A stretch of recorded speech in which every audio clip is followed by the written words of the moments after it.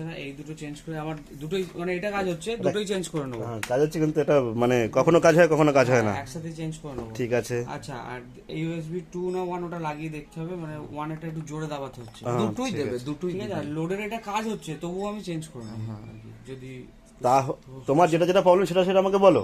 Problem হচ্ছে main problem এই দুটো। ঠিক আছে। এই দুটো আর হচ্ছে ইউএসবি 2।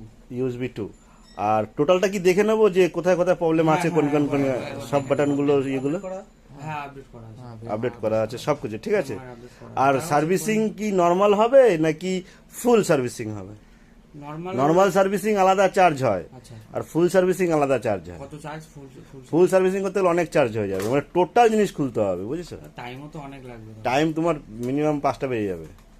তার নরমাল সার্ভিসিং এর চার্জ কি আছে? নর্মাল সার্ভিসিং 1,500 টাকা, আচ্ছা বাটন ছাড়া, বাটন এগুলো ছাড়া, আচ্ছা, নরমাল সার্ভিসিং ঠিক আছে।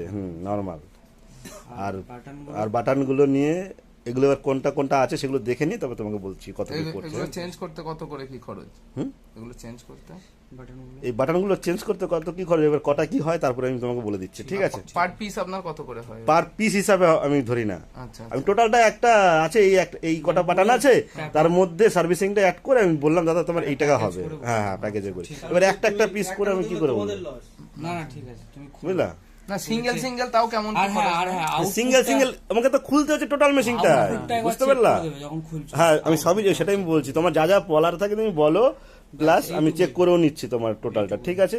চলো এবার এটা শুধু দেখতে হবে 1টা না 2টা, দুটোই চেঞ্জ করে নেন না, দুটোই তো কাজ হয়। আমি দেখে নিচ্ছি, আমি দেখে নিচ্ছি। হুম।